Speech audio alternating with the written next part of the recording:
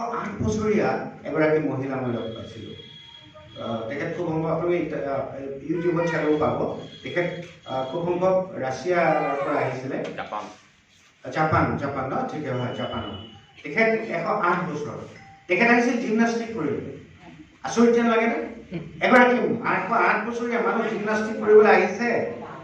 আমি আমাৰ এতিয়া 60-70 বছৰ বয়সতে আমি আমাৰ কঁকাল পৰে, নহয় জানো? আমি আমাৰ আৰম্ভ হৈ যায়। তেতিয়া মই তেখেতক সুধিছিলোঁ যে মেডাম, আপুনিতো ইমান বছৰ আপোনাৰ বয়স আমিতো পাই আছোঁ, গতিকে how it can be possible to alive এগৰাকী মানুহ ইমান ধুনীয়াকৈ ইমান সুস্থ হৈছে, জীয়াই আছে, তাৰ মানে সেইটো কি চিক্ৰেট। তেতিয়া তেখেতে কৈছিলে যে নম্বৰ 1 আমাৰ ফুড হেবিট, আমাৰ খাদ্য অভ্যাস। 2 নম্বৰ এক্সাৰচাইজ। একো এক্সাৰচাইজ যদি কৰিবও নোৱাৰে তেতিয়াহ'লে আপোনালোকে এটা কাম কৰিব, ক্লেপিং।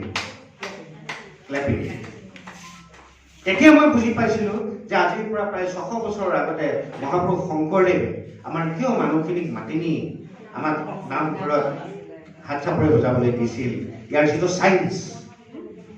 তেতিয়া মই সুধিলোঁ যে হাত চাপৰি ক্লেপিং কৰিলে মানুহৰ আয়ুস চুলি বাঢ়ে আৰু বিভিন্ন অসুখ নাইকিয়া হয়, ইয়াৰ কথাটো কি?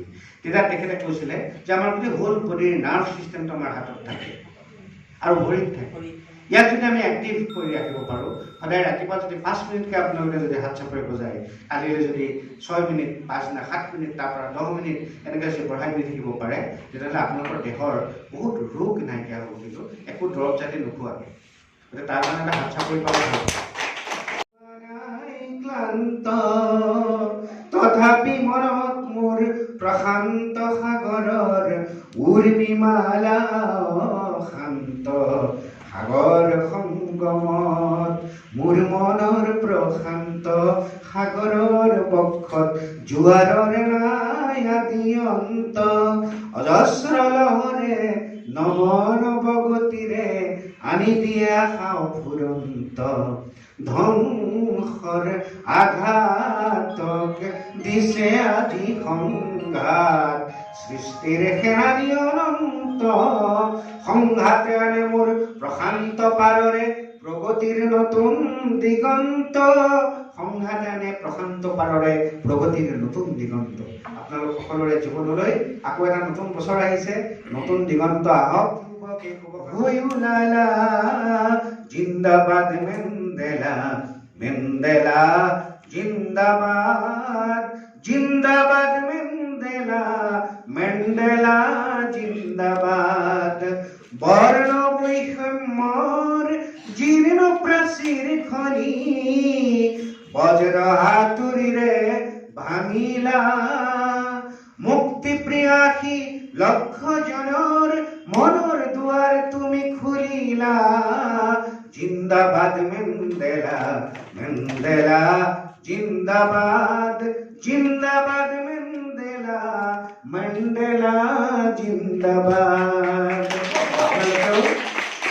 মেণ্ডেলাক সদায় বহুত লৈ ফুৰিব। যিমান জীৱনলৈ ধুমুহা নাহক, যিমান আপোনালোকৰ মাজলৈ কিবা হতাশা হওক, নিৰাশা হওক, আপোনালোক কেতিয়াও থমকি নৰয়। অন্ততঃ সেই মানুহজনক আপোনালোকে মনত পেলাব যে যিজন মানুহে 27 বছৰ 7টা মাহ যদি অন্ধকাৰ কাৰাগাৰত থাকিও আপোচ নকৰিলে, তেতিয়াহ'লে আমি সাধাৰণ এই দুখ যন্ত্ৰণাক কিয় আমি সহ্য কৰিম? একেদৰে ভূপেন দাৰ জীৱনলৈ তেনেকুৱা বহু ধৰণৰ ধুমুহা কিবা কিবি আহিছিল, হতাশাৰ তেখেতলোকক প্ৰেৰণা যোগৰ যি প্ৰয়াস, আন্তৰিক প্ৰয়াস, সেই চেষ্টাক আমি সকলোৱে আদৰণি জনাবই লাগিব বা জনোৱা উচিত। আৰু আমাৰ সমাজত আটাইতকৈ ডাঙৰ কথাটো হৈছে যে মৃত্যুৰ পাছতহে এজন মানুহৰ গুণ গৰিমা গোৱা হয় বা মানুহজনক বুজি পোৱা হয়, মানুহজনে সমাজখনৰ প্ৰতি কি দি থৈ গ'ল, কি কৰি থৈ গ'ল, এই গোটেই কথাবোৰ পাছতহে আচলতে বিশ্লেষণ কৰা হয়। কিন্তু জীৱনকালত মই এজন মানুহকে দেখিছিলোঁ বা লগ পাইছিলোঁ অতি নিবিড়ভাৱে, ডক্টৰ ভূপেন হাজৰিকাদেৱ।